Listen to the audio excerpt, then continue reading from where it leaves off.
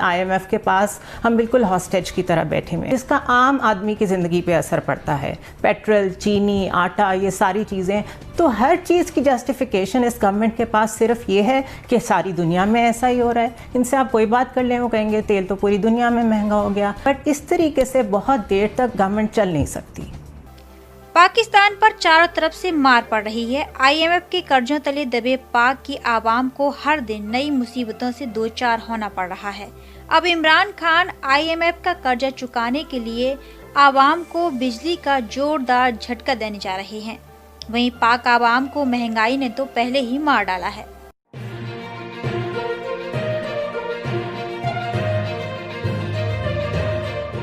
سب سے پہلے بات کرتے ہیں اس ایک نئے پریشانی کے حوالے سے جو کہ آنے والے دنوں میں عوام کے لیے مزید مشکلات کو بڑھانے جا رہی ہیں، کیونکہ حکومت نے IMF سے قرض کے لیے بجلی 14% مہنگی اور سبسڈی ختم کرنے کا فیصلہ کیا ہے. اب حکومت کی جانب سے 5 کیٹیگریز کے رعایتی نرخ محدود کرنے کا فیصلہ کیا گیا ہے، جس سے سبسڈی 300 یونٹ سے کم کر کے صرف 50 یونٹ تک کر دی جائے گی. لیکن ہم نے یہ دیکھا کہ گزشتہ ہفتے کے بعد ابھی مہینہ شروع بھی نہیں ہوا تھا کہ پیٹرول بم عوام پر گرایا گیا اور راتوں رات 25 روپے کا اضافہ کر دیا گیا. اب کیا حکومت خود عوام کو سڑکوں پر آنے کے لیے مجبور کر رہی ہے؟ ناصر بٹوکائی صاحب آپ سے آغاز کریں گے، بتائے گا اپوزیشن بھی اس طاق میں بیٹھی ہے کہ کچھ ایسا ہو اور وزیر اعظم کو ان کی کابینہ کو ٹف ٹائم دیا جائے. یہاں پر حکومت خود کچھ ایسے فیصلے کر رہی ہے جس کے بعد وہ مجبور کر رہی ہے عوام کو کہ وہ نکلے اور آئیں سڑکوں پر باہر. اچھا، اس میں لفظ جو کچھ استعمال کیا ہے آپ نے جو اس سے خلاف ہے، یہ فیصلے کر رہی ہے حکومت، ایسے فیصلے کر رہی ہے جس سے عوام سڑکوں پہ آ سکتے ہیں. میں کراچی الیکٹرک کی آپ کو مثال دوں. اگر کراچی الیکٹرک والی بات ہو رہی ہوتی تو اس وقت تو لوگ سڑکوں پر ہوتے، گھراؤ کر رہے ہوتے اور الیکٹرک پر حملہ کر رہے ہوتے، جلا چکے ہوتے. اور ظاہر سی بات ہے جو فیصلے خان صاحب نے کیے ہیں وہ فیصلے ایسے ہیں کہ جو لوگوں کو مجبور کرتے ہیں کہ وہ بولیں. لوگ اب بول رہے ہیں، صرف لوگوں کے پاس اب صرف بولنے کی سکت ہے اور سکت بھی نہیں رہی ہے. اب 50 یونٹ تک محدود کرنے کا فیصلہ میرا خیال ہے بہت زیادتی کی بات ہے. یہ 300 یونٹ بہت دنوں سے آ رہے تھے اور 300 یونٹ بھی بہت کم ہیں. اب تو ظاہر سی بات ہے اگر 2-3 کمرے کا گھر ہے اور وہ بھی غریب آدمی ہے، بے روزگار، کیونکہ بے روزگاری بہت بڑھ چکی ہے ہمارے پاس ہر تیسرا چوتھا گھر بے روزگار ہے مطلب اچھے علاقوں میں. اور باقی غربت تو آپ اندازہ لگا لیں. حفیظ پاشا کی رپورٹ دوبارہ پڑھ لیں آپ، اور دوسری رپورٹس پڑھ لیں آپ، ورلڈ بینک کی رپورٹ پڑھ لیں آپ، رپورٹ پڑھ لیں IMF کی کہ غربت کس طرح بڑھ رہی ہے، کس طرح ان امپلائمنٹ بڑھ رہی ہے. 1.5 کروڑ تک کا اندازہ ہے بے روزگار ہونے والوں کا. تو یہ جو آنے والا وقت ہے بہت سخت ہے. اچھا، اس میں جو کچھ فیصلے ہوئے، ایک تو یہ بجلی والا فیصلہ آپ بتا رہی ہیں، پھر پیٹرول والا فیصلہ، بیڈ گورننس، کہ آپ نے پیٹرول کی قیمت کم کی اور اس کو آپ امپلیمنٹ نہیں کر سکے اور پیٹرول ذخیرہ کر لیا گیا. پھر ذخیرہ اندوزوں کے خلاف کیا کارروائی ہوئی اب تک مجھے نہیں پتا.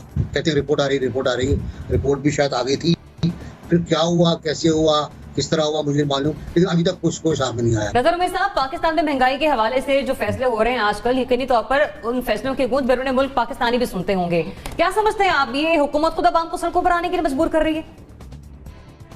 دیکھیے، واقعہ اس طرح سے ہے کہ یہاں پہ 2 باتیں ہو رہی ہیں.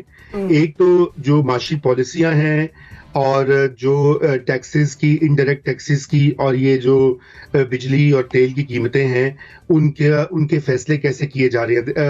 ان کے فیصلے بالکل IMF کے جو معاہدے ہیں اور جو ٹارگٹ سیٹ کرتا ہے IMF، ان کے تحت حکومت باؤنڈ ہے، مجبور ہو چکی ہے، چونکہ وہ ان معاہدوں میں انٹر ہوئی ہے کہ انہوں نے کہیں نہ کہیں سے پیسے نکالنے ہیں. اس لیے یہ بات وہیں پہ جاتی ہے کہ جو چوائسز ہیں، جو پالیسیوں کا انتخاب ہے حکومت کا، وہ کچھ مجبوری میں بھی تھا، لیکن کچھ یہ ہے کہ وہ اس پر سوچ بچار نہیں کی گئی، اور وہ بیسکلی اس کا سارا برڈن جو ہے وہ عوام پر جائے گا. کیونکہ باقی تو ملک میں اس وقت کا جو معیشت کا پہیہ ہے وہ سلو ہو چکا ہے. اس طرح سے آپ ٹیکسوں کی وصولی نہیں کر سکتے، وہ اہداف پورے نہیں کر سکتے جو پہلے سیٹ کرتے ہیں، جس سے خزانہ بھرے اور کاروبار حکومت اور ریاست چلے.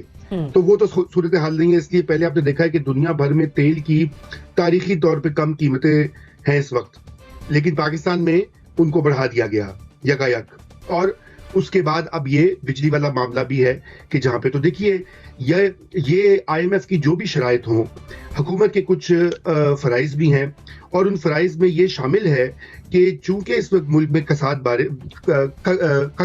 بازاری کا عالم ہے اور ایک لوگوں کے پاس روزگار نہیں ہے، ان کی انکم کم ہو گئی ہے، GDP کی شرح -1 یا 2% ہے، تو اس میں آپ لوگوں کے اوپر مزید برڈن کیوں ڈال رہے ہیں؟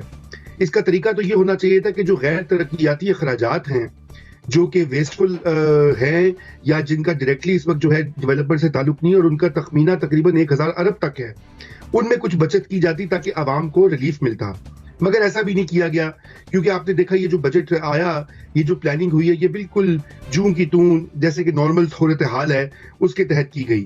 تو ایک تو یہ بات ہوگی۔ اب دوسرا سوال یہ کہ کیا لوگ اس سے ناراض ہوں گے؟ بالکل ہوں گے۔